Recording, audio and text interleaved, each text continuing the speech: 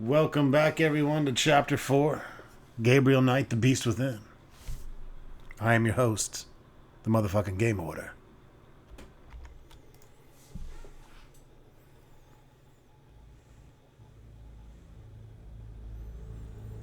Going back to Grace, it looks like.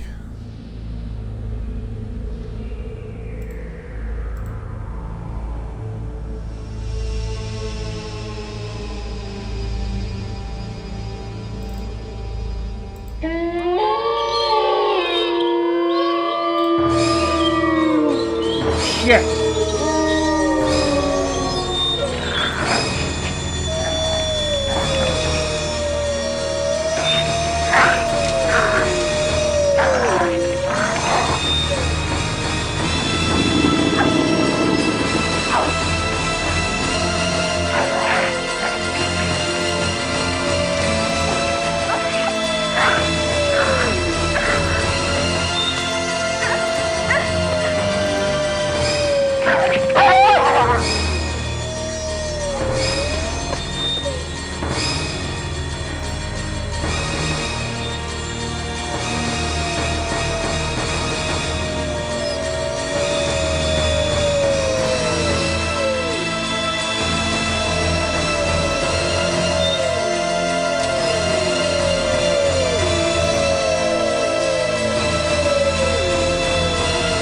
Pretty fucking annoying.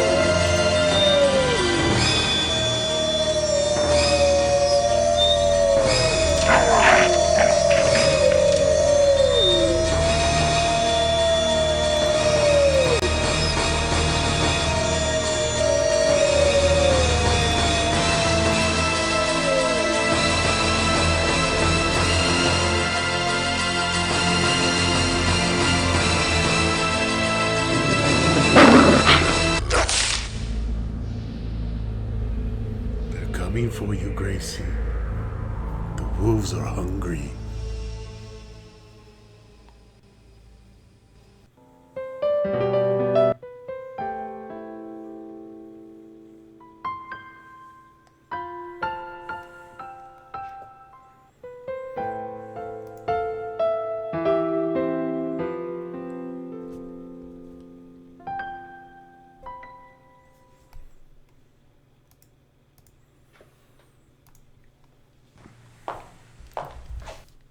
Pop into the library now that we have full access. That's right, Windows. I did plug that shit in.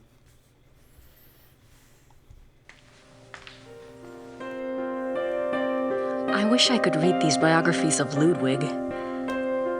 Wait a minute. Ludwig II, fairy tale king of Bavaria. I didn't see this before. Yep, English. Huh.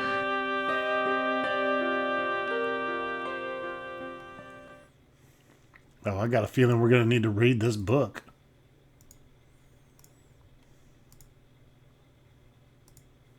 Ludwig remained throughout his life both very bright and very naive. He was an introvert who seemed to be constantly out of sync with traditional views of rulership, money, and human relationships. The world ever failed to match his ideals.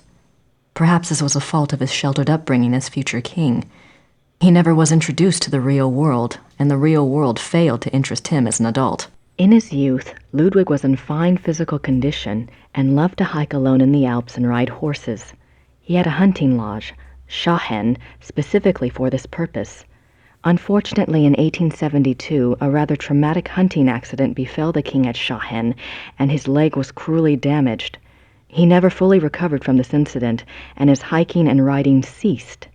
His physical health deteriorated from that time on and explains why he looked so unhealthy in later years. A hunting accident? Interesting. Other than his long-standing friendship with the Empress Elizabeth of Austria and with his mother, the relationships Ludwig attempted with others were nearly always a disappointment for him and a bewilderment for his partners.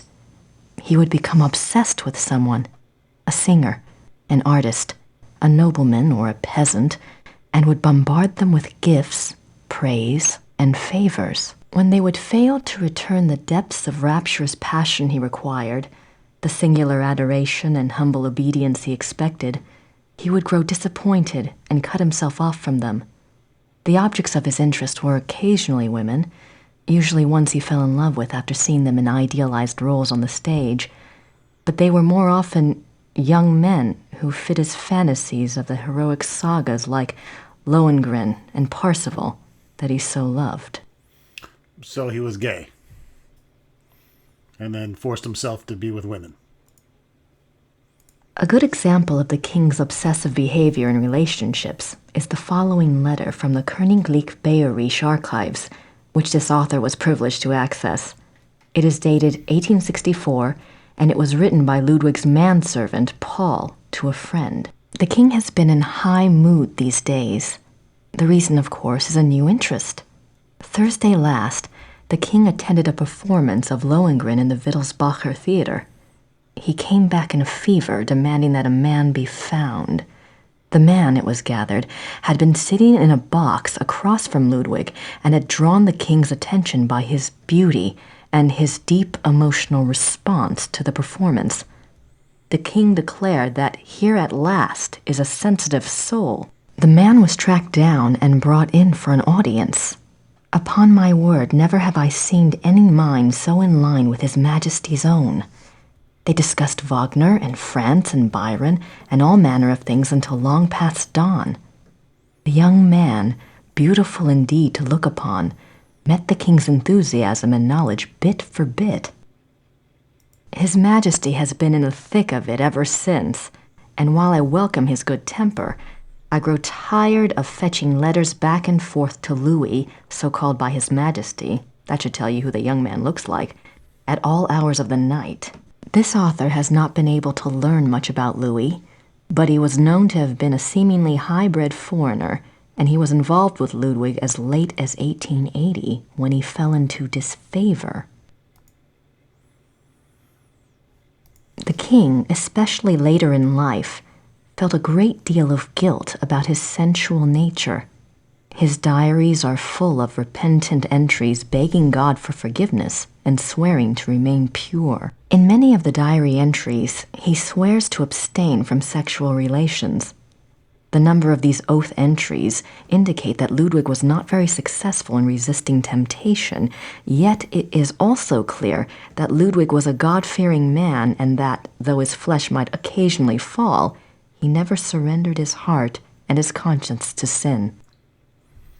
Look, fucking things is a part of humanity. It's our primal nature. Anyone that thinks fucking is bad is fucking stupid. And saving yourself from marriage, that's fucking stupid too.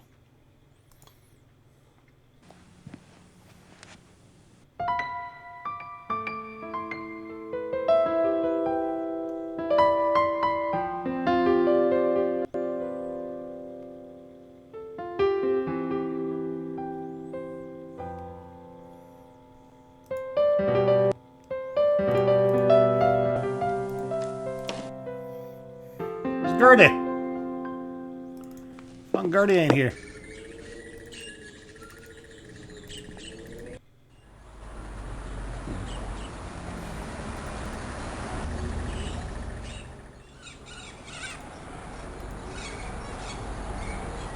So this is where I've been sending Gabriel's fan mail. There's no one there. My German isn't good enough for chit-chat. My German isn't good enough for chit-chat.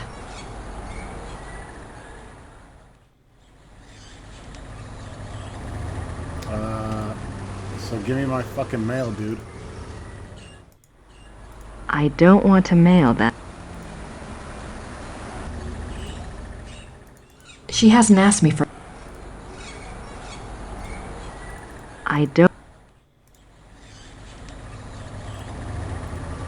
I don't want to mail. My German isn't good enough for chit-chat. My German isn't... Aren't we picking up mail? The fuck? I don't...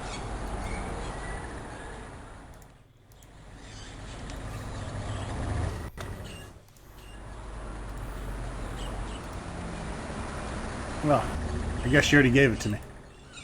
Gracie, you decided to come over. That's great. Good and tag and all that.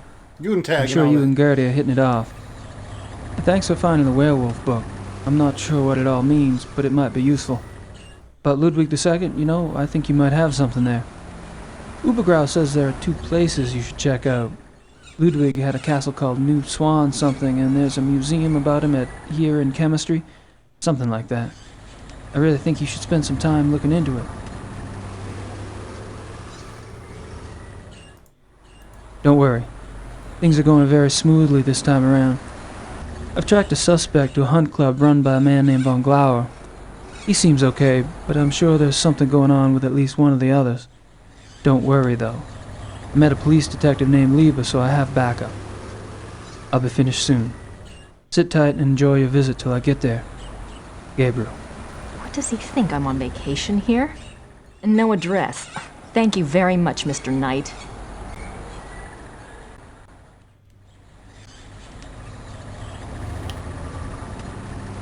That's right, bitch. Stay in your place. Danke. Bitte.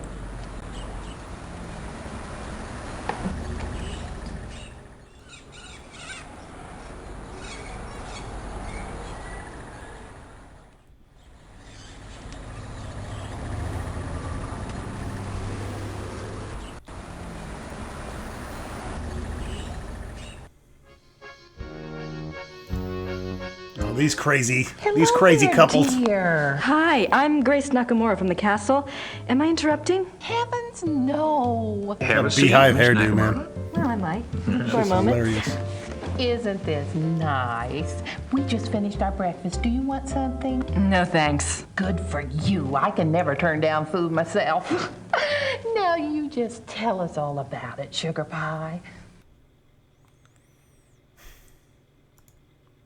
You mentioned the other night that you were a demonologist. What is that exactly? Well, it's not as bad as it They study sounds, demons in honey. the game What quarter. Emma and I really do is to help protect people. Protect them from what? Well, do you believe in the devil, Miss Nakamura? I believe in good and evil, if that helps. Oh, but Satan and his demons are real, and they will attack the living. And most folks don't know what to do once they've been attacked. We try to help protect people. How can you protect people from demons? Best protection is faith in God, of course. But sometimes faith isn't enough.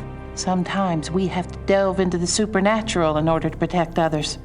Your shot and joggers are just the same. We are? I mean, he is? Of course. The warriors of light are rare these days, but they do exist all around the globe. That's interesting. I just read about a group called Manos del Sol in Brazil. So the Ritters aren't the only Schottenjägers. Well, they're probably the only ones to use that title, but others have been chosen for the battle.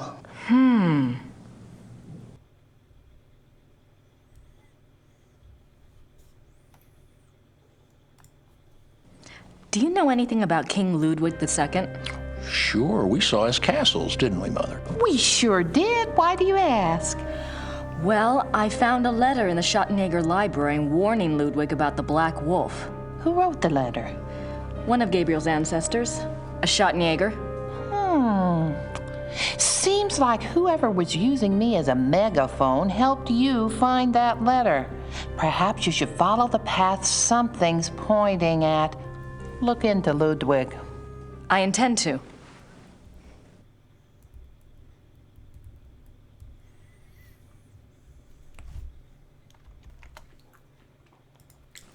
The other night you said something about the Black Wolf. What did you mean? Where did you hear that name?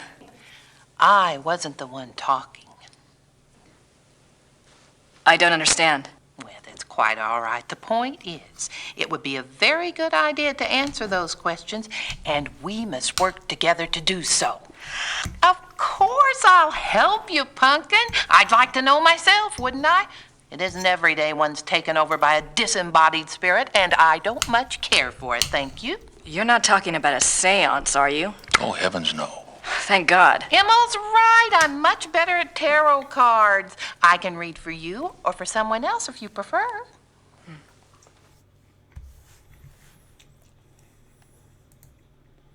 Are you sure you don't know anything about the Black Wolf?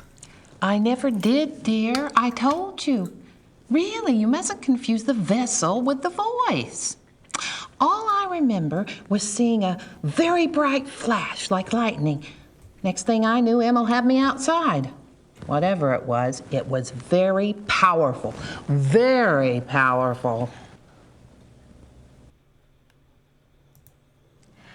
Well, I guess it wouldn't hurt to do my tarot reading. Don't you worry now. I know what I'm doing.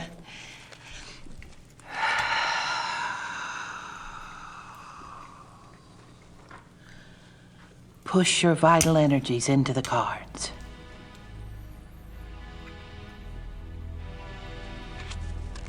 This is your soul card, that which applies to all of your lifetimes.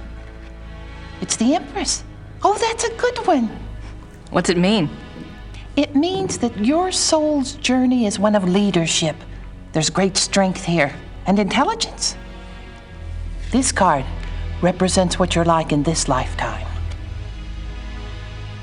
It's the Chariot.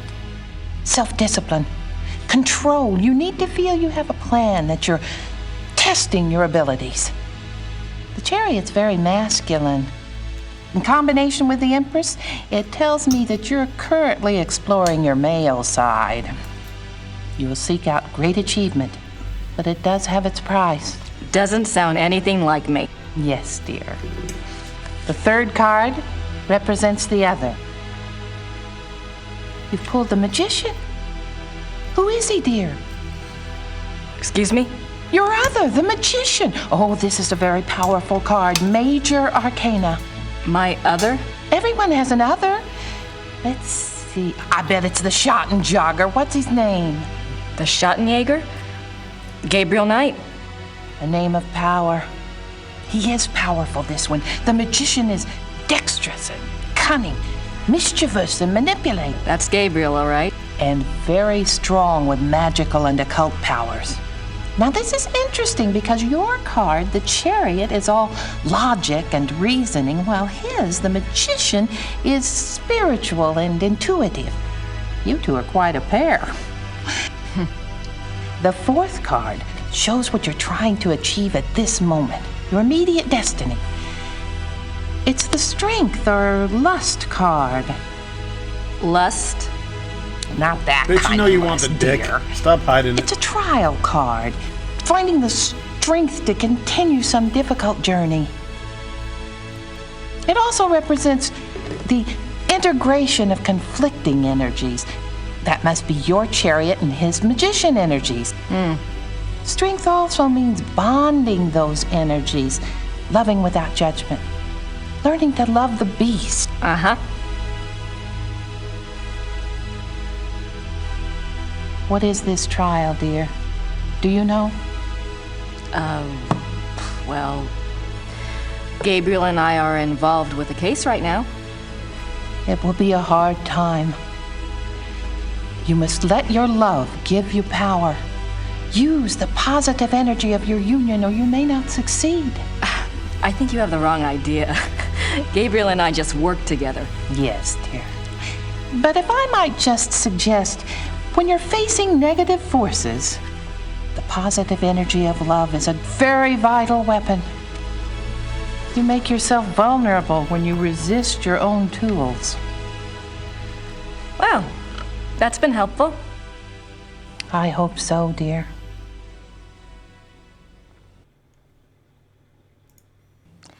Maybe we should do a reading for Gabriel.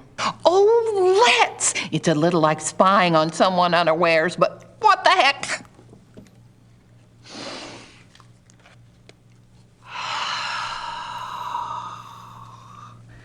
Better Reach shuffle out that to shit the up. cards and to think about his essence. He knows all about my essence. His soul card is the Magician. You can see it all over his Yes, face. dear! It reflects your other exactly. Well, maybe, but I'd rather hold out for David Copperfield. And his lifetime card? Oh, goodness. The Lovers. You mean the sole purpose of his life is in his pants? Doesn't surprise me. It's not what you think, dear. It's a duality card. As a lifetime card, it refers to Gabriel's own duality. Good versus evil, physical pleasure versus spiritual growth, that kind of thing. His challenge is to integrate the conflicting parts of himself. Until he does, he'll never find peace. And you will find peace when you acknowledge all of him. Find a way to love the worst as you already love the best. You're really reaching. Mother. His other is the High Priestess. Let me guess. That's me, right? No, dear, it's not. The High Priestess represents psychic mysteries, deep wisdom. This is a very different energy from your earthy one. This must be our connection. To the voice, dear! Someone is trying to communicate with Gabriel. This force is represented by the High Priestess. That's not much help. What about the Black Wolf? But it is a help, dear. The High Priestess is a spiritual guide card if ever there was one. The message must have been a warning. If this force is connected to Gabriel, and if he's so very psychic, then why doesn't it just go to him? Why say it to me? Maybe Gabriel's blocked. Maybe he's purposefully blocking. There is that duality business. Let's go on and see if it becomes clear. The fourth card, remember, represents the current situation. It's death. Oh. Nothing to worry about then. Now, you just leave interpretation up to me, Sugar Pie. It's a transformation card, dying to one thing and being born to another. It is painful, but it isn't necessarily bad. Two of Wands. Oh my. What? A 2 is not good here. Wands is Mars in Aries. That's a war card. In conjunction with the death card, there are 2 possible transformations.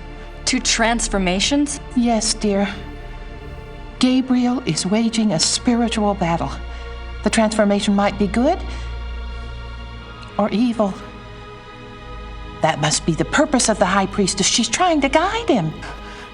So you think he really might be in danger? Oh, yes, dear. Gabriel's very essence is at stake. If he takes the wrong path with his powers, Emma and I will stay in town. You must let me know if anything else happens that we can read for clues. Let the Force use you.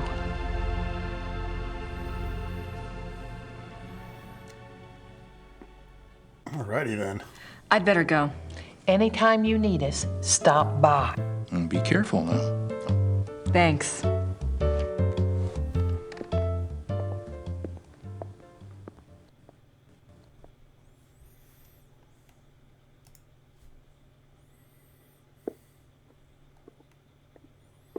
Galuba! Herr Huber?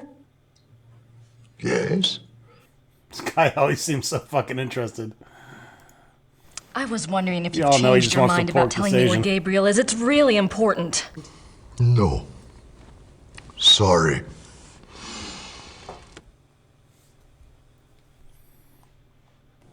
Thanks. You're useless as fuck.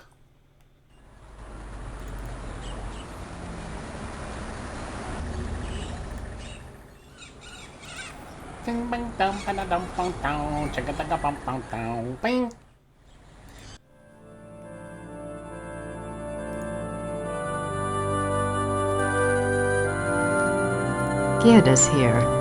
I wonder what she's up to. Being a sneaky little bitch.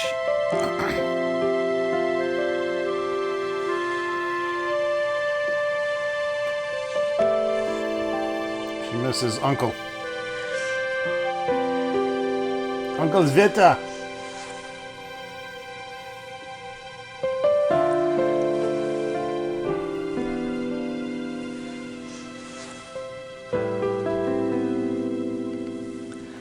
Oh my god. Gerda was in love with Wolfgang. Duh. Boy, do I feel stupid or what. I really should apologize. But I really should apologize, but I don't want to interrupt her. Leave her alone.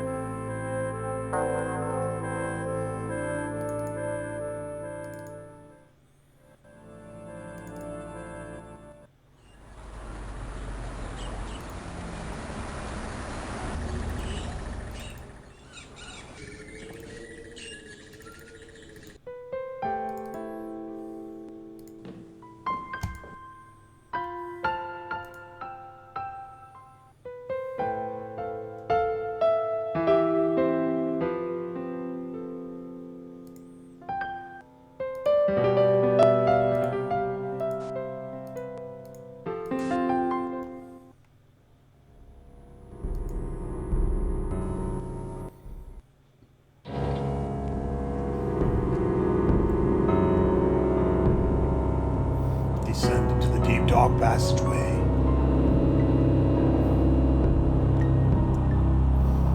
Don't slip.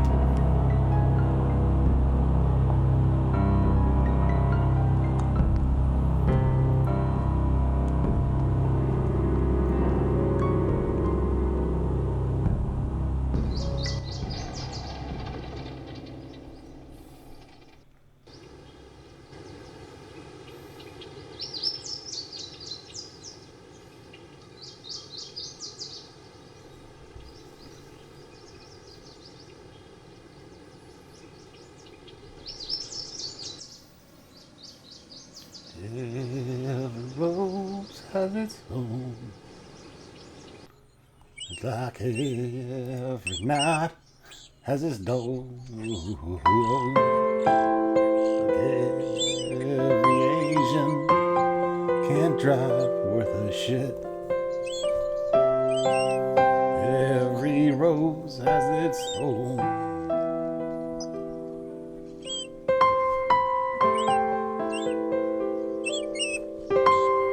Damn, bitch, don't leave some.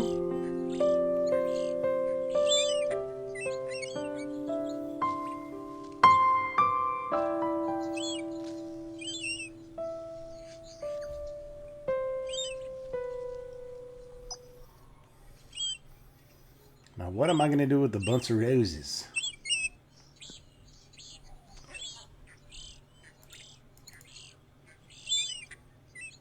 The castle looks huge from here. They've got more rooms left to restore than I thought.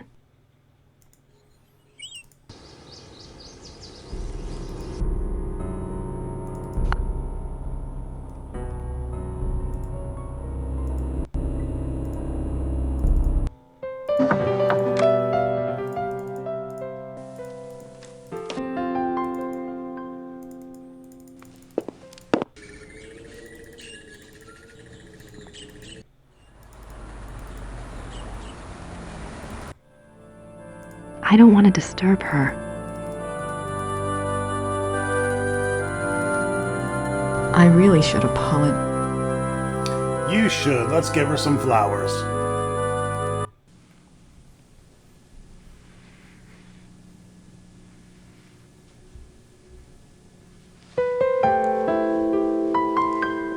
Let's be best friends, friends forever. I will show you mine if you show me yours. Then we can go scissor in a castle made of rock. There. We will scissor all night in the That's better, don't you think? of cock.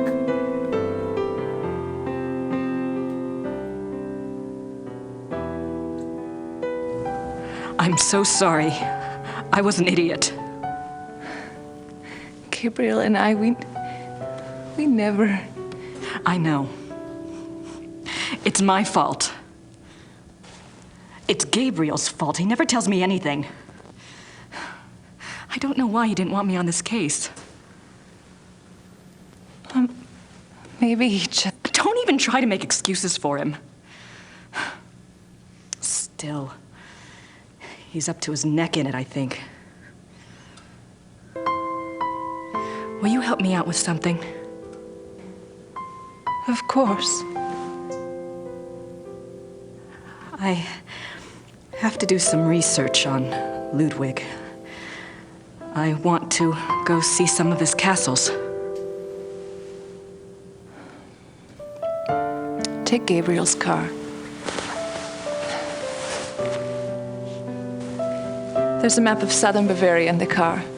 Ludwig's castles are all marked. Thanks. Good luck.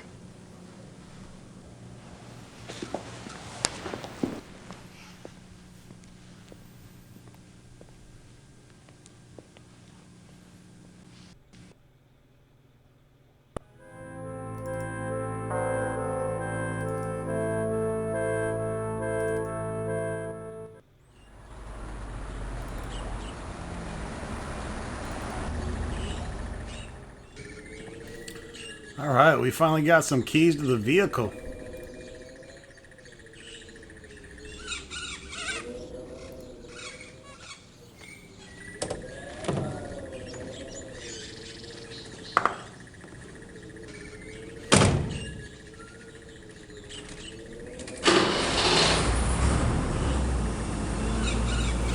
Watch out, Germany. Asian behind the wheel.